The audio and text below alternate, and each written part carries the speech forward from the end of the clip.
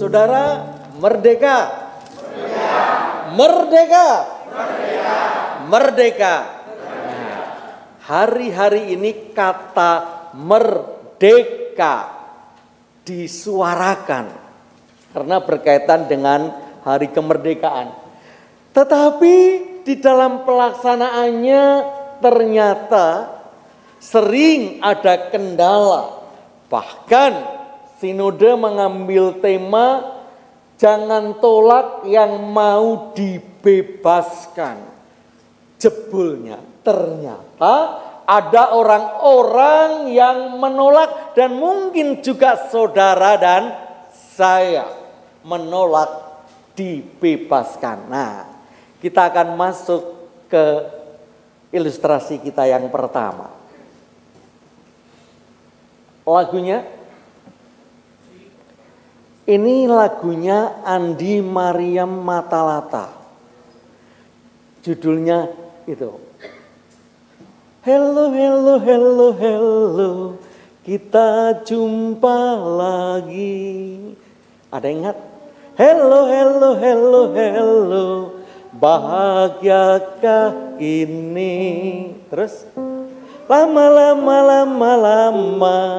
kau tak menyurati maka padaku kawan setiamu. Terus siapa itu jalan di sebelahmu melihat padaku seakan cemburu.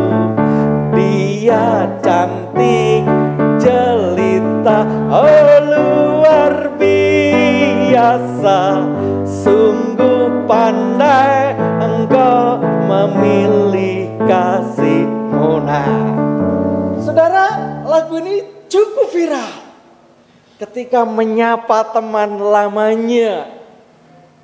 Tetapi sapaan itu kalah viral dengan kata-kata piye kabari enak zamanku to. Saya nggak akan sebut nama karena ini di streaming, ya kan. Tapi kalau gambarnya di mana-mana ada, jadi saya nggak akan sebut nama. Nah, gambar yang mengatakan piye kabare enak zamanku to. Apakah ini yang ngomong itu yang bersangkutan? Tidak, yang bersangkutan sudah almarhum. Nah, kata-kata ini menggambarkan ada romantisme di mana kadang-kadang orang itu suka pada zaman yang tidak dibebaskan karena lebih aman, di mana orang-orang ditembak secara misterius aman. Semakin nyaman. Beda ketika gambar yang di bawahnya yang sangat ganteng ini, ada seorang dosen yang luar biasa fenomenal yang mengkritik gambar ini, dikatakan plonga-plongo dan dungu. Betul Bapak Ibu? Untung di zaman yang berbeda. Kalau zaman yang dulu sudah hilang. Nah saudara, itulah situasi kemerdekaan yang ternyata konsekuensinya itu beragam. Ketika dibebaskan, dimerdekakan, orang boleh ngomong lewat apa saja. Dan tidak gampang petugas lalu menangkapnya karena kebebasan berpendapat. Tapi konsekuensinya ada hal-hal yang mungkin dipertanyakan. Bahkan beliau mengatakan silahkan, mengkritik silahkan. Itu haknya. Saya sudah biasa. Kira-kira yang merdeka itu yang mengkritik atau yang dikritik? Sebenarnya yang merdeka itu yang mengkritik dengan luar biasa pakai emosi atau yang dikritik dengan santai-santai saja? Siapa yang merdeka? yang santai-santai saja. Merdeka dari emosi, merdeka dari rasa panas, merdeka dari rasa kemarahan. Itulah kemerdekaan. Dan yang mengkritik dosen yang luar biasa itu juga nggak pernah marah kan? Senyum-senyum ngeritiknya, mengatakan itu dungu kan itu. Nah, siapa yang marah? Kita yang tidak merdeka, ya kan? Wah, netizen marah kan kita. Sering saudara kita diombang-ambingkan. Kita menolak kemerdekaan, kita tidak bisa menikmati karena kita masih dijajah rasa kemarahan, emosi, balas dendam. Mari, hari ini kita bebaskan itu. Jangan sampai kita menolaknya. Dan pagi ini kita belajar dari 4 bacaan kita, yang satu nyanyian, satu bacaan, tiga bacaan, satu nyanyian. Yang pertama bagaimana sejarah perjalanan Israel, yaitu Yusuf. Ya, lanjut. Bagaimana ku melupakan sementara hatiku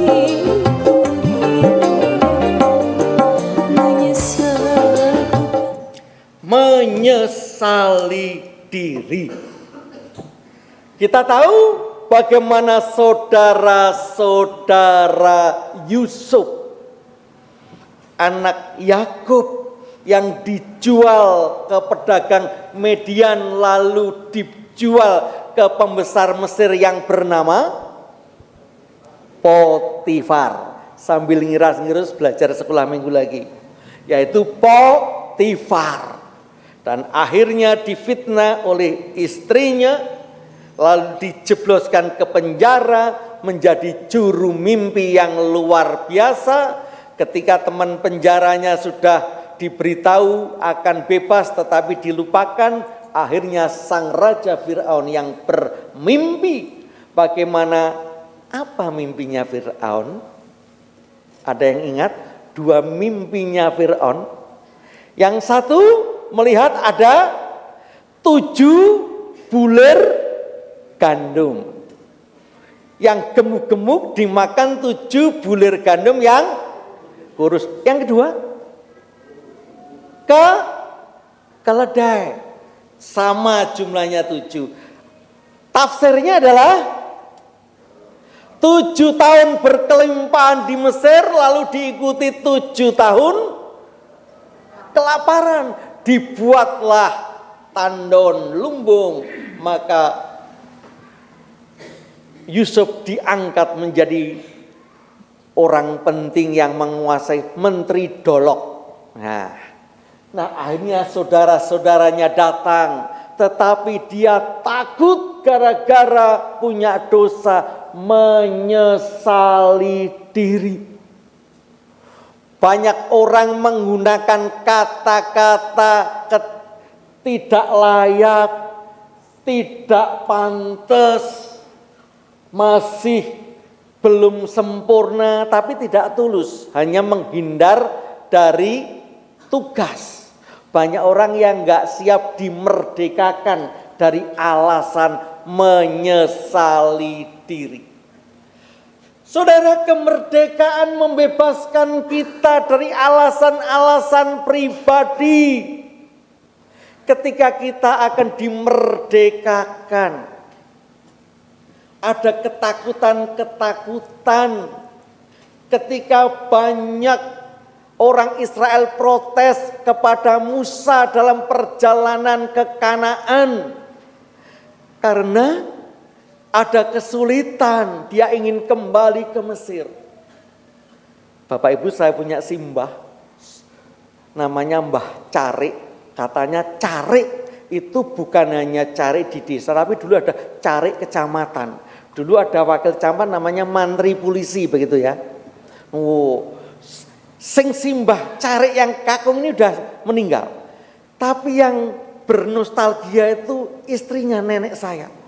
Dia lebih senang ketika Belanda itu menjajah.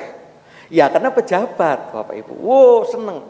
Karena pejabat mendapatkan bagian dan dihormati.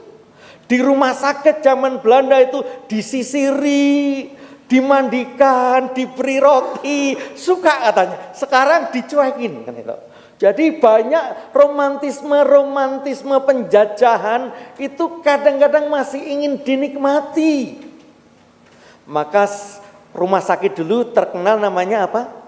Kalau orang Kebumen masih mengatakan rumah sakit itu sendeng. Karena dari kata sendeng. Ini salah satu PI. Romantisme penjajahan, romantisme penindasan, romantisme ketergantungan, romantisme cuma peserta bukan panitia. Itu menolak kemerdekaan untuk mandiri. Banyak mental hanya ingin diatur tinggal terima jadi. Hari ini mari kemerdekaan bukan hanya bicara fakta tapi mentalitas kita. Orang merdeka itu orang siap mempunyai tanggung jawab berkreasi. Jangan ada di balik rasa penyesalan diri yang cuma itu menjadi kedok. Kadang-kadang kita nggak siap merdeka. Ketika orang merdeka artinya harus mengatur diri sendiri. Hari ini jangan kita masih dihalang-halangi mental penjajahan. Itu bacaan kita yang pertama. Yang kedua. Oh betapa indahnya, betapa indahnya, betapa eloknya, betapa eloknya bila saudara seiman hidup dalam kesatuan. Ada budaya minyak. Ketika imam raja itu diteguhkan lalu kalau bahasa Indonesia diurapi. Diurapi bukan diberi kelapa Bapak Ibu. Itu urap. Kalau bahasa Jawa dijebati, disoi. Dan minyak urapan itu harum. Karena kalau harum mesti semua yang lihat menolak, bukan jelantah. Artinya gambaran kerukunan itu harum baunya. Semua orang merasakan dan mendapatkan berkat keharuman itu. Tapi permasalahannya ada fakta banyak orang kayaknya rukun tapi tidak harum. Bahkan kadang-kadang kerukunan itu menjadi komoditas untuk hanya sekedar formalitas. Bapak Ibu, dulu ada sebuah polemik tentang Candi Borobudur. Nggak tahu siapa yang menyuarakan, dikatakan bahwa orang-orang Buddha sudah mulai protes karena tempat ibadatnya diinjak-injak. Banyak orang ke sana mengganggu. Tapi ternyata Menteri Agama kita siapa Bapak Ibu? Yakub.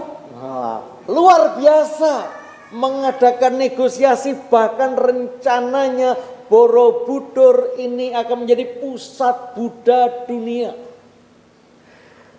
Artinya Borobudur ketika mengadakan Waisak itu bukan hanya memberkati umatnya sendiri, tetapi memberkati semua orang, termasuk Pak Projo mau dapat job.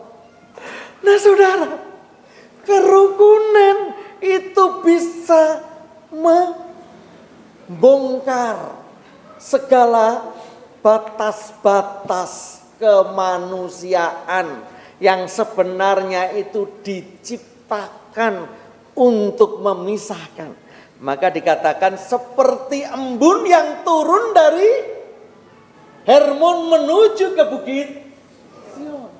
Bayangkan embunnya seperti apa kan itu, sampai ratusan kilo. Nah, itulah dahsyatnya sebuah kerukunan, membebaskan dari rasa-rasa ingin eksklusif. Banyak orang ingin membatasi diri, tidak berhubungan dengan orang lain gara-gara perbedaan keyakinan, perbedaan ekonomi, perbedaan pendapat, perbedaan kelas sosial. Tapi hari ini Harun dengan minyak urapannya menginspirasi kita. Itulah kemerdekaan dalam kerukunan, dalam kebebasan, kerukunan dalam kemerdekaan. Benar-benar kita merasa merdeka, walaupun berbeda, merasa merdeka, merasa bisa menghayati, menerima perbedaan dengan orang lain. Itulah supaya kita jangan menjadi orang-orang yang menolak pembebasan. Dan bacaan selanjutnya, saudara,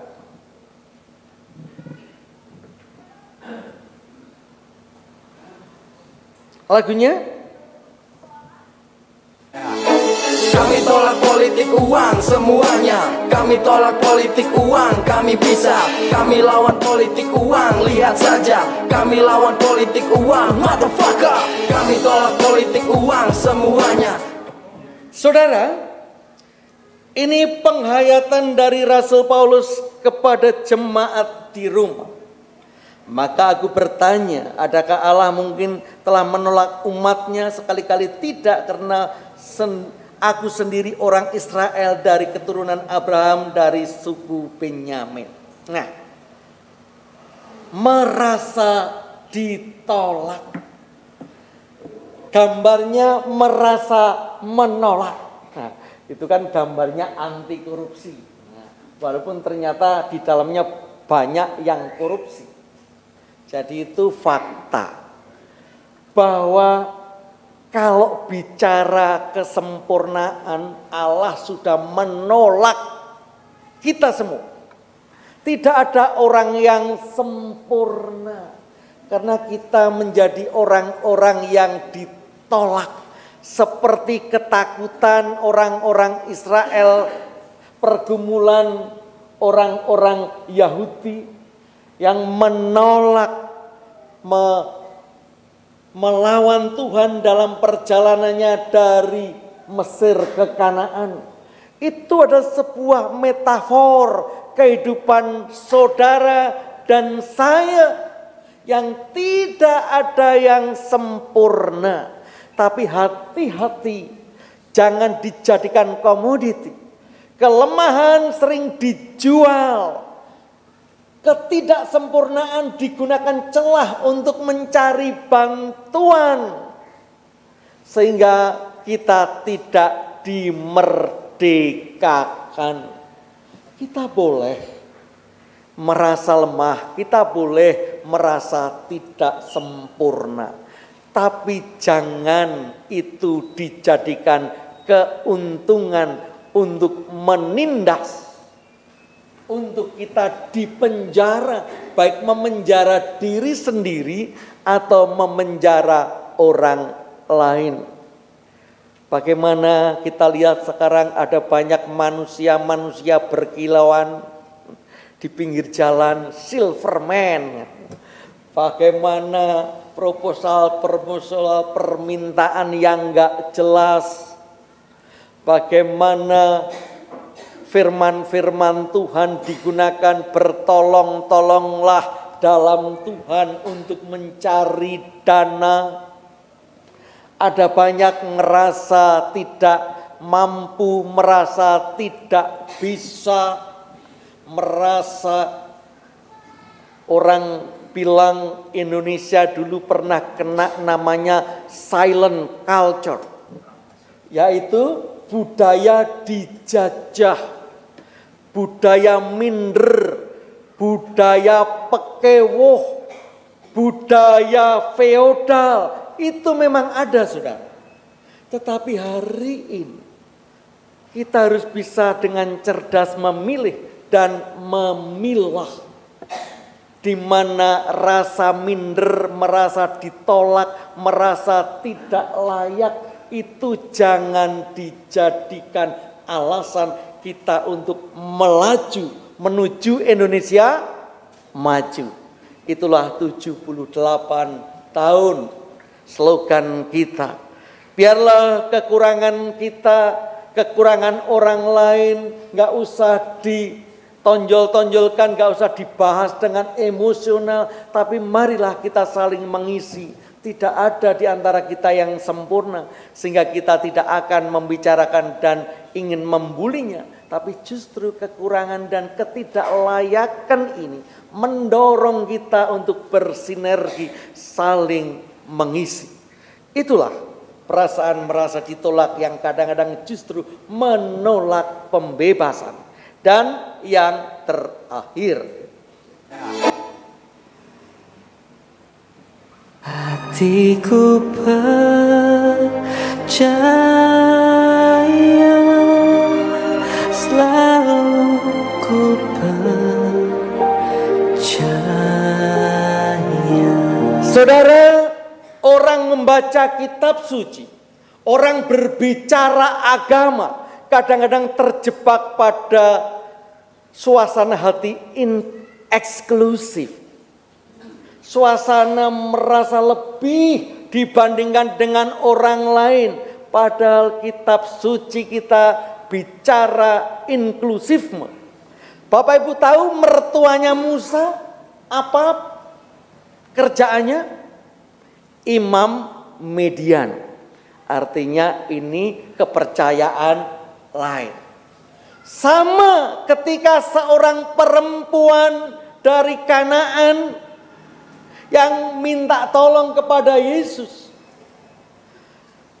Yesus tahu bahwa sebenarnya murid-murid juga terpenjara rasa eksklusif. Kok agama? Kadang-kadang gereja saja eksklusif. Ibu saya dulu kalau tanya pada saya, ada orang baru, itu tetangga kita GKJ bukan? Loh kan gitu Bapak Ibu. Loh eksklusif kan bukan hanya agama, gereja. GKJ bukan. Apa nak GKJ? Nah, itu fakta saudara. Ternyata murid-murid juga menginginkan perempuan yang punya anak kesurupan itu go out, pergi. Mau sudah OTW kan itu kan. Sehingga disinilah Tuhan Yesus menginginkan sebuah edukasi rohani. Gak langsung disembuhkan, diuji. Jangan-jangan perempuan ini imannya ketika didiskreditkan, ketika dibully, gak jadi. Maka dengan kata-kata yang keras, aku itu hanya diberi hak memberi roti kepada anak-anak, bukan kepada anjing. Ngeri sekali. Jadi orang Yahudi anak-anak, sementara di luar Yahudi dikatakan anjing. Begitu luar biasa penolakan, perbedaan yang terjadi saat itu, mungkin sampai hari ini. Ketika kita melihat seseorang yang berbeda, mindset kita sudah kita ubah. Jadi mata kita, gini itu Bapak Ibu. Jadi ketika melihat orang yang sudah gak cocok, kita sudah ngelirik. Gitu. Nah, itu yang dilihat oleh Tuhan Yesus. Maka dia coba memberikan edukasi. Tetapi luar biasa perempuan ini. Dia tidak mau terpenjara oleh agama, tapi imannya yang percaya pada Yesus. Sehingga dia katakan, tapi anjing pun makan dari remah-remah itu. Biar saja ada Belanda, biar saja ada Inggris, londo Prancis, itu masalah duniawi. Tapi disitulah Kristus tetap ada dan menyinari bumi pertiwi. Benar Bapak Ibu? Ada sebuah tekanan bahwa kita ini punya iman dari para penjajah. Tapi harus dibedakan. Karena yang ada dari atas itu tidak bisa dibatasi oleh yang manusiawi, dan itulah kesembuhan yang dirasakan oleh perempuan Kanaan karena dia bisa menerjang perbedaan itu. Mari kita akan menghayati kemerdekaan dengan kita terbebas dari hal-hal yang membuat kita menolaknya. Salah satunya adanya banyak perbedaan. Biarlah Tuhan semakin menyiapkan kita untuk menerima kemerdekaan dengan kebebasan, dengan banyak perbedaan, dengan banyak hal-hal yang tidak harus sama dengan kita. Merdeka. Merdeka. Merdeka.